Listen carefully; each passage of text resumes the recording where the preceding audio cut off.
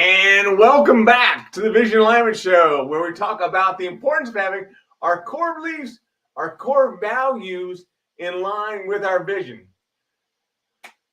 We've got a great show lined up for you for today. I want to tell you a little bit about what I've been doing over the last week. I have had the opportunity to be in front of the group called HOBY, which is the Hugh O'Brien Youth Leadership Team. There was about 100 different students that were gathered together in Marietta, Ohio.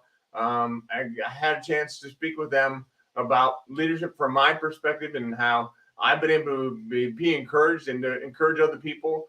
Also, how I've been able to come through the challenges in my life, and this is much similar to how they can come through the challenges in their life, because they may not know it right now, but there are going to be issues. There are going to be many, many issues to go through, and some are going to be very hard to get through. So, I wanted to make sure I left a lasting impression with them on that. And then on Saturday, we had a great time with Connie Gallagher. She came over to our house, and I cooked pancakes, and that was a fun time to be able to spend some time with her. She's the president at Ohio Dominican University, which is pretty incredible. But yeah, we had a great time just talking about a lot of stuff. Anyway, that was Saturday. Sunday was a good restful day. It was good to spend time with friends and to just rest. So anyway, that's what we did this weekend. That's what we did last week. But tell me a little bit about what you've done this week or last week. I'd be loving to hear about that. If you would put in the chat your comments in terms of where you're coming in from. Are you listening live or on replay replay? And if you are, just let me know a little bit about what you do and what you did this weekend. So having said that, I want to make sure we get right to our show, because our show is all about making sure, again, your vision is aligned with your core beliefs and core values. Then somebody that knows a lot about this, and somebody who has a great job, has a great perspective on this, is our friend, longtime listener, and every once in a while comes on the show, Miss Laura Staley. Hello, Laura. Hi, Brian. How are you? I'm great. How are you? It's Good. great to see you. It's great to be back on the show. Oh, it's good Thank to see you. you. Awesome. Laura, we always have that one question we start off with. I want to ask you, when is the first time your first recollection of knowing your vision? Oh, wow. Well, there was, the childhood version and then the grown-up version, right? And then all the iterations along the way. But I think at some point, sometimes it's hard to pinpoint the exact moment that you have that recognition. And for me, I guess the simple way to put it is this deep recognition that I was here to love and be loved in return. That would be a simple way of stating my vision. And the iteration that happened in my adulthood came on the heels of a flood and then learning about Feng Shui. And I realized I really wanted to passionately help people thrive in their physical spaces, right? By decluttering and living aligned with their values and the physical belongings that support them, but also from their hearts, and, shed those limiting beliefs so they could have that freedom of expression. And like you say, to identify what they really value, what they really care about, and then take actions consistent with those values. So I also was in a class in which I got to see in an embodied way, I felt it in my body, that three of my core values are compassion, courage, and love. And the compassion was deep in my gut, and the courage was in my heart, and then the love was kind of like right here in the throat, the throat chakra. So it was like, wow, speak from love, right? That and feel the courage, because sometimes to speak in a loving way requires courage from your heart. And then that deep embodied compassion is that action on behalf of another person, knowing that I'm a human being and you're a human being, right? And that you've likely lived through something challenging, and so have I. It may be different challenges, but there were a lot of emotions that were very similar. Maybe you felt scared. I know what it feels like to feel scared in my body, right? And so I can, connect from that place of understanding the emotions in my own body, and that full range from joy to fear to anguish to maybe even jealousy or disgust. I mean, sometimes we just have those experiences, but we don't want to feed that, even if we felt it, right? So, at any rate, different points along the journey in which I discerned a vision for my life that just has grown and expanded in an embodied expression. Yeah. Beautiful. If you want to hear more, stay right there.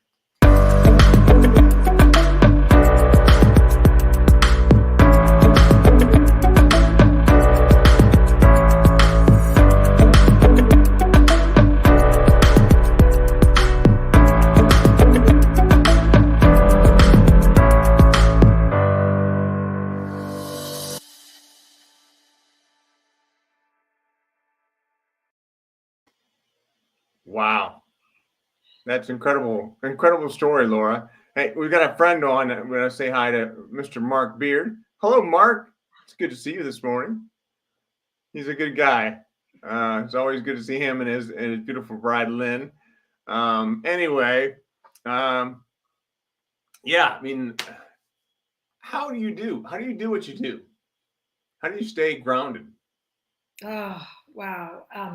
Well, I have practices that I now do every day. I choose to run every morning, and that helps me on so many levels. I lived through a lot of trauma, and I've learned that part of healing lots of trauma from your past often involves rhythm. Doing something that's rhythmic. And I realized, wow, running is so rhythmic, right? You just kind of get in that flow and the breathing and the sweat, right? And I feel very much in my body. I can feel my muscles and my feet. So I find that incredibly valuable as a practice, cycling, swimming, dancing. I also meditate. And in the past, I've practiced Tai Chi as a movement meditation. Also, yoga is very grounding in my body, yoga practice, because I think it's about getting still in the body and still quiet, maybe not still, because, thoughts can, right? But it helps me have quiet here and ground in the sensations of my body and know that those sensations can flow through. So those are some of the practices I engage to stay really grounded. And even right now, as I'm talking to you, I can feel my feet. Sometimes, I had some guidance along the way from a wise soul who encouraged me to, feel your feet, Laura. She was just like, "Can you feel your feet?" I'm like, "Oh yeah," and I can soften my toes. I don't have to. Where am I gripping? and that body awareness, and I hear now it's called embodiment. Allows me to stay grounded in this, this whole container, and not just busy with the thoughts, but with a deep awareness of the sensations in my body and the emotions that might be flowing through. They're just meant to move through, rather than, stay stuck. And the same way with our thoughts, to kind of like be a witness. I've discovered I can kind of just watch my thoughts. There's that part of me that's going, wow, that's a lot of stuff going on there. So how do you maybe you don't, how do you compartmentalize that? Because obviously being meditation, yoga, that's a different kind of state of mind. But when you work and you're writing, you do a lot of coaching. How do you adapt to that? Wow. I guess I've gotten more practiced that there are more moments of more of my day that I'm just present and really able to listen to what's being said from that deep place. And if I'm struggling, I'll focus on conscious breathing. I'll take those deep breaths in the conversation with somebody, so that or I'll even sometimes I even go like this if I want to say something and I know I really need to listen some more. So I might, do just that. I know that may be an odd idea, but it has helped me in conversations, right? To just remind myself to pause and really listen. And I noticed that it feels so much better. So I think I've integrated. I know you said compartmentalize, but I think I've integrated this experience of an embodiment, right? So that I'm able to be myself with you, and as I'm writing, to still feel my feet, to feel my breathing, to notice my surroundings, right? And allow those words to, flow out of me as I'm typing, or to really deeply listen and know a question to ask somebody that will help them connect with their own inner guidance. Because I think that's really important too. I have offerings, I have ideas, you do too, but I think there's something really lovely about the moment that the person goes, "Oh, you kind of mean like da da da da da da," and then they're describing something from their own life experience, right? That they can grab a hold of and use as their anchor. Or I just mirror back, "Gosh, I see so much joy in you right now," and they're like, "Wow, you're right." Or they're describing a painting on the wall, and it gives them the creeps, and I'm like, "Well, you can take that painting down. You don't have to have a artwork in your physical space that makes you feel creepy." Right? There might be somebody else who sees the beauty in it, but for you it doesn't feel right. It feels off. So trust that, and take it off. You can take it off the wall. So mirroring back and giving people permission. But yeah, back to that I think I've integrated the sense of embodiment, and more and more, not in every single moment, but if I notice myself a little off, I'll breathe, and I'll become aware of the deep breaths that I can take. And sometimes I even put my hands down on my belly and remind myself to breathe. Wow. So there's so many different questions here I could ask you. You're writing. How often do you write? Wow, I work to write almost every day.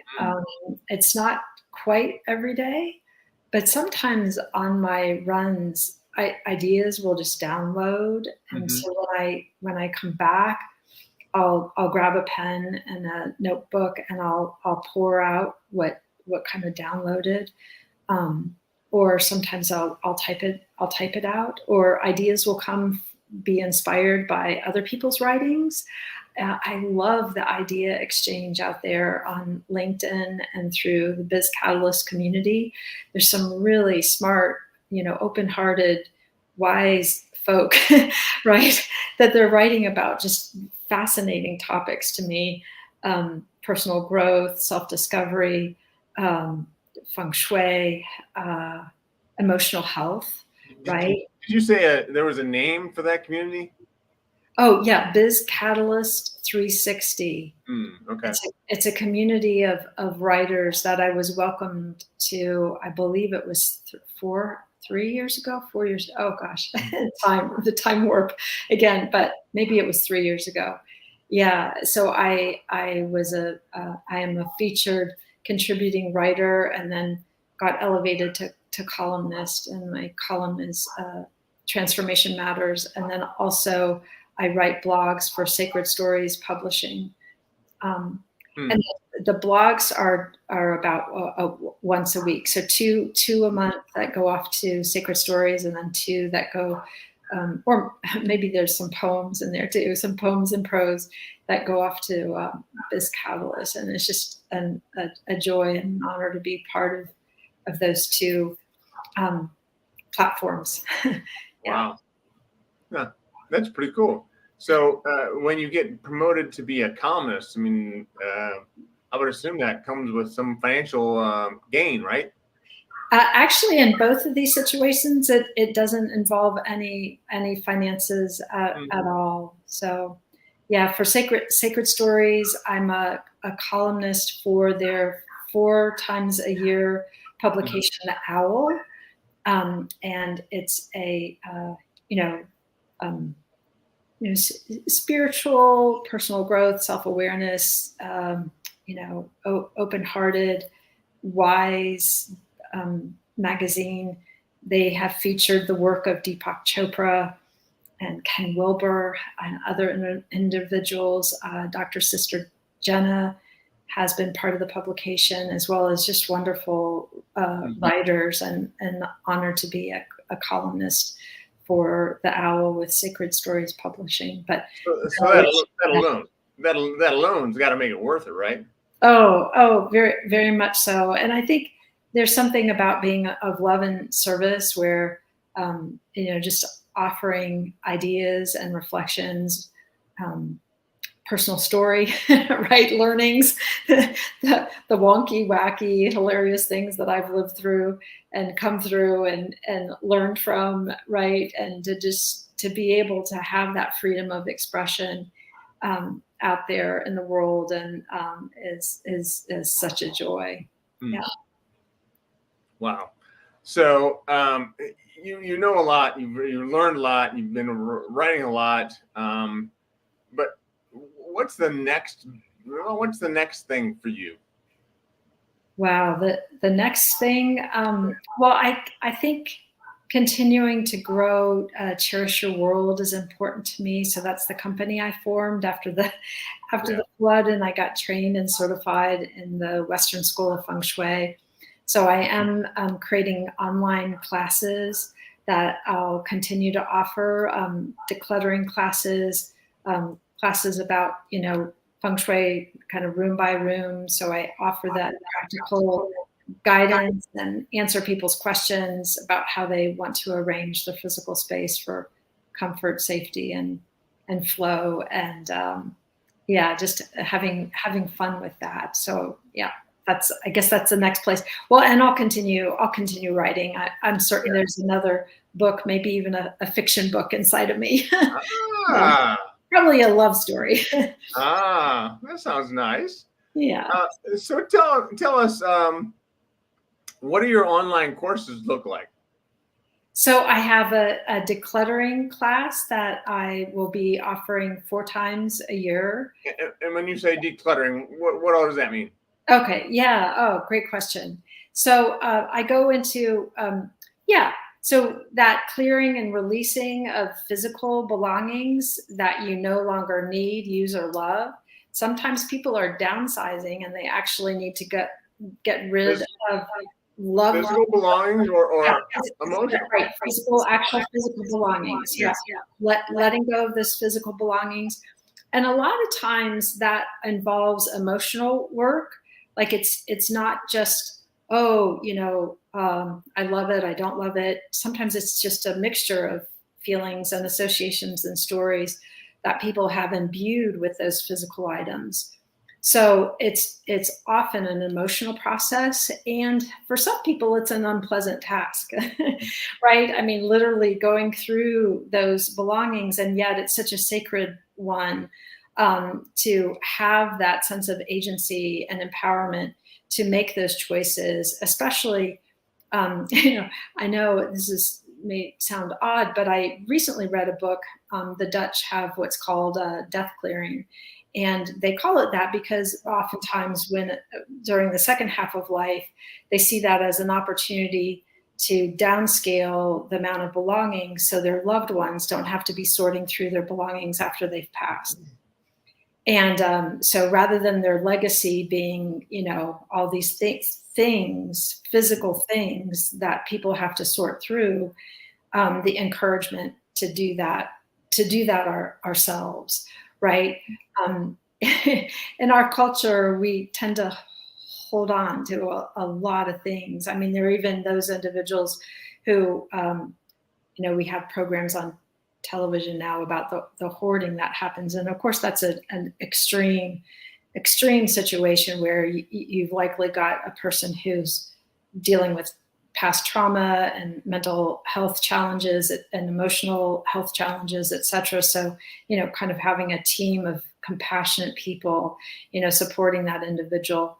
I personally don't work with hoarders just because I know those individuals need a team of people. Right. And I'm not a team, it's just me. and they all often need, the dumpster and all that deep level of support. Mm-hmm. So I offer ideas about the different types of, so I talk about the different types of clutter that I've come up with, these different descriptors. So for instance, there's your wandering nomads, right? And these aren't necessarily items that you need to leave the property, but they show up in a room where they don't belong, right? It's the exercise equipment that's in the bedroom. And so you walk in the bedroom and you're like, wow, is it time to sleep or is it time to work out, right? And it can cause this confusion, right, visually.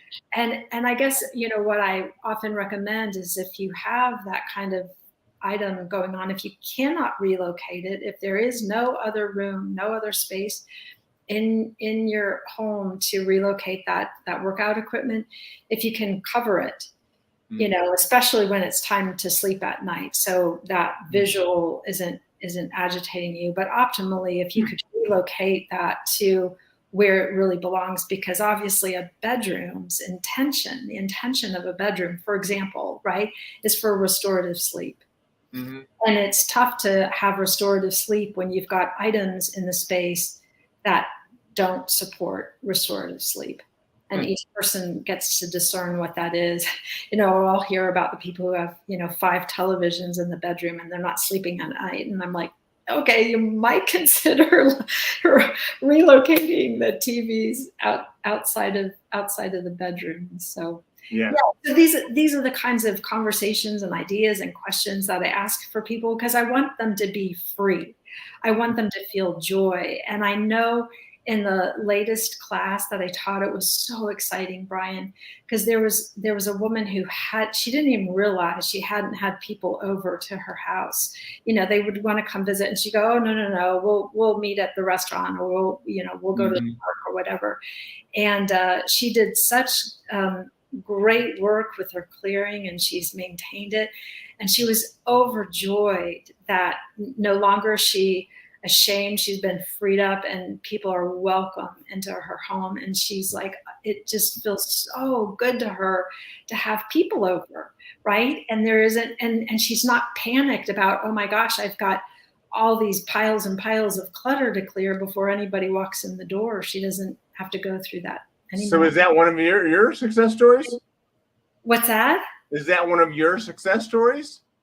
Yes. I mean, I guess in terms of making a difference for positive difference for another person, absolutely. Absolutely. Yeah. So did she go through the course? Yes. Yes. Yeah. Yes. Okay. Yep. And where would we find the course if we were to look for it? Yeah. So soon enough, I'll be, so I'm on social media. I'm on LinkedIn and Facebook. So I stream the announcements through there. I also have a newsletter. People could also visit my website, cherishyourworld.com, and sign up for the newsletter, because I let people know about the classes through the newsletter that goes out once a week. And I also offer tips each week for your home, for your life, for the quality of your life. Because I really want people to flourish and not be burdened by, that detritus in their heart, or the detritus in their physical space, or the limiting beliefs they're carrying around that just aren't true. Yeah. So I've got it here, and we're just gonna run across the bottom. Make sure I have it right. Let's see. There you go. Yep, that's it. All right. So anybody that wants a little more information about what you do and how you do it, you can go to cherishyourworld.com, and the information is there. Is that right? Yes, that's perfect. Thank you. Awesome. Yeah. So what else should we be thinking of? I mean, we're I can't believe we're already almost at the end of our time. But what else should we be thinking of, and how can we reach out to you? Well, the other ways to reach out to me are people can email me at laura@cherishyourworld.com. And like I said, I'm on Facebook and Instagram. The four books I have, is that okay if I go ahead and share with people? So there's Live Inspired. Yeah, I'm gonna give you the whole screen. Yeah, Live Inspired. There's the Cherish Your World gift book of tips. And this is 100 tips for your home and your life. And then there's the book, Let Go Courageously and Live with Love, Transform Your Life with Feng Shui. This has stories and gentle suggestions, especially if you're looking to declutter, if you're wanting to release items. You'll find lots of good ideas and inspiration from the stories of my own experiences of letting go of things, even items that I loved. And then my latest book is Abundant Heart, and this is also through Sacred Stories Publishing. And 3 of these books you can get on Amazon. Thanks, Brian. Thanks for a chance to awesome share about those 4 books that I am really, really proud of. Absolutely. And are making a difference from what I hear from people. Yeah. So Laura at cherishyourworld.com. Make sure I spelled it correctly. I think that looks good. So